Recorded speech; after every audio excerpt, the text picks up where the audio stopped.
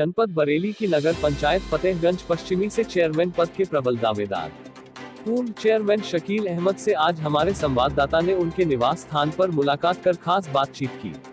बातचीत के दौरान नगर पंचायत फतेहगंज पश्चिमी से चेयरमैन पद के प्रत्याशी शकील अहमद ने अपने पिछले कार्यकाल में किए गए कार्यों के अलावा वर्तमान के लिए जो योजनाएं तैयार की है उसकी जानकारी देते हुए बताया। बरेली की नगर पंचायत फतेहगंज पश्चिमी से रफी मंसूरी की रिपोर्ट। शकील अहमद, पूर्व चेयरमैन फतेहगंज पश्चिमी, और मैं 1995 से 2000 तक चेयरमैन रहा और मैंने अपने टाइम में बिल्कुल ईमानदाराना तरीके से काम किया, किसी भेदभाव को पास नहीं आने दिया।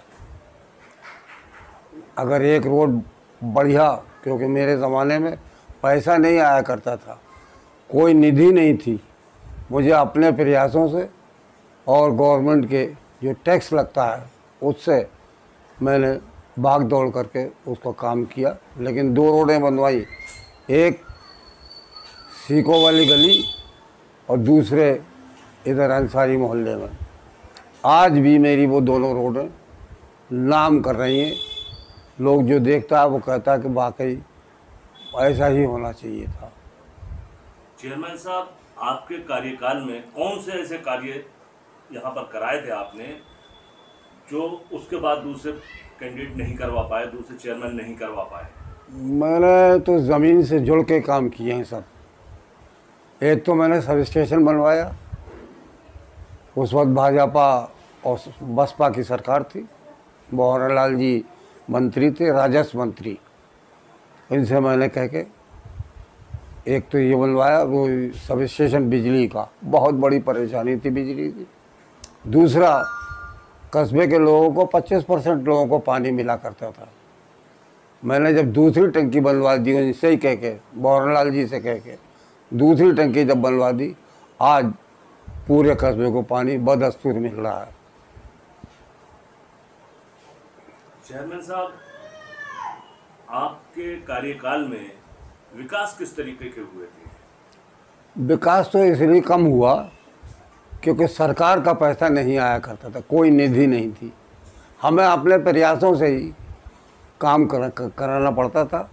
लेकिन हमने जो भी काम किए वो बड़े मजबूत और बहुत ही अच्छे ढंग से किए और भेदभाव छोड़कर सबको साथ लेके चले। किसी को कोई एतराज़ नहीं हुआ। आज भी लोग याद करते हैं, इसी बात की उम्मीद करते हैं कि हमारे साथ भला होगा और अच्छा होगा।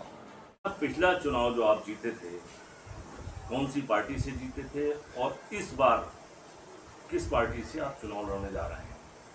पिछला चुनाव में बसपा से जीता और मैंने उस वक्त भी भाजपा को करारी हार दी थी और इंशाअल्लाह मौका लगा तो इस बार भी मैं बसपा से ही चुनाव लड़ूंगा और भाजपा को इंशाअल्लाह शिकस्त दूंगा। आप चुनाव में जा रहे हैं तो कौन से ऐसे काम हैं जिनको आप जनता के लिए ज़रूरी समझते हैं?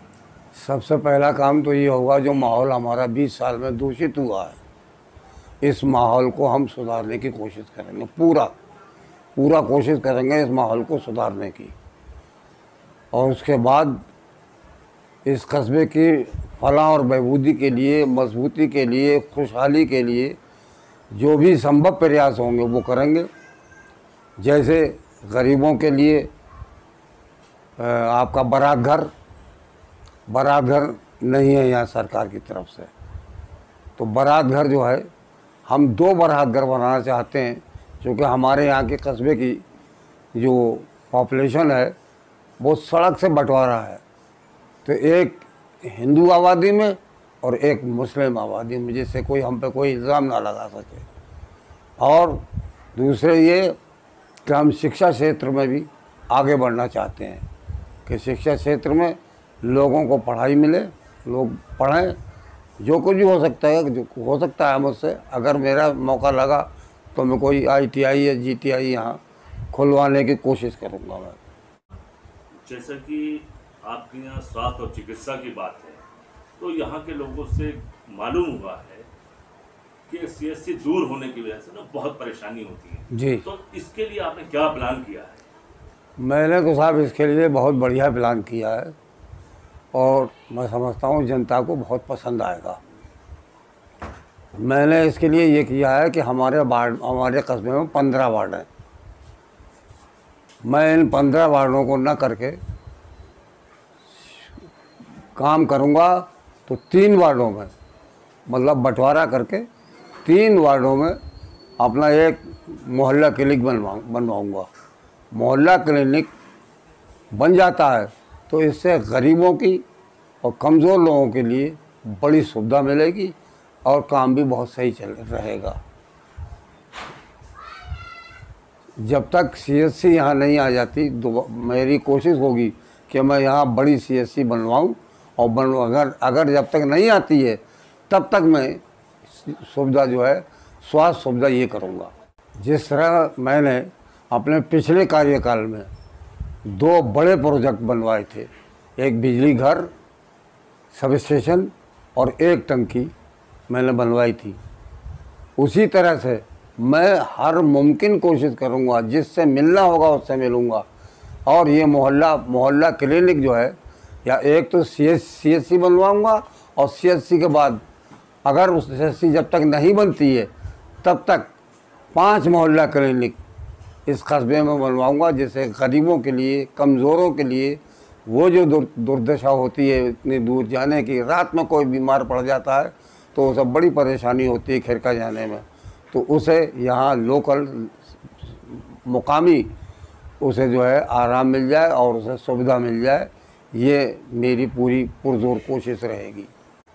जैसे कि देखा गया है कि सफाई व्यवस्था आपके कस्बे में बेहतर नहीं है, तो इसके लिए क्या प्लान किया है आपने? देखिए, मेरे टाइम में तो साहब सफाई व्यवस्था, जबकि सरकार का बजट नहीं था, सरकार कोई बजट नहीं दिया करती थी, हम अपने संसाधनों से सफाई रखते थे, लेकिन अब से अच्छी रखते थे। जितनी अब हो रही है उससे कहीं ज़्यादा। आज जो है सफाई बिल्कुल बेकार व्यवस्था में है। कहीं सफाई मतलब ये कहीं एक 2 गलियों में गाड़ी आ जाती है, बाकी वैसे ही गंदगी सब पड़ी हुई है, नालियाँ भरी हुई हैं। मेरा प्रयास होगा कि जब मुझे अगर ये मौका मिला तो मैं पूरी कोशिश करूँगा, बजट भी है सरकार का और अब सफाई कर्मी भी बहुत हैं, तो यहाँ कम से कम 1 बार नहीं, दिन में 2 बार सफाई करने आया करें। ये मेरा प्रयास रहेगा पूरा। ये प्रधानमंत्री जी का भी आह्वान है कि सफाई व्यवस्था, जबकि उन्होंने खुद भी अपने आप से सफाई व्यवस्था की थी, और आज मैं भी अगर मुझे ये मिला मौका तो मैं इंशाल्लाह बहुत बढ़िया सफाई व्यवस्था रखूँगा। आप हमारे चैनल के माध्यम से अपने फतेहगंज पश्चिमी की जनता को क्या संदेश देना चाहेंगे? मैं अपनी प्यारी और हमदर्द जनता को कोई संदेश तो नहीं दे सकता, लेकिन इल्तिजा ज़रूर कर सकता हूँ कि सभी ने मेरा पिछला कार्यकाल देखा है।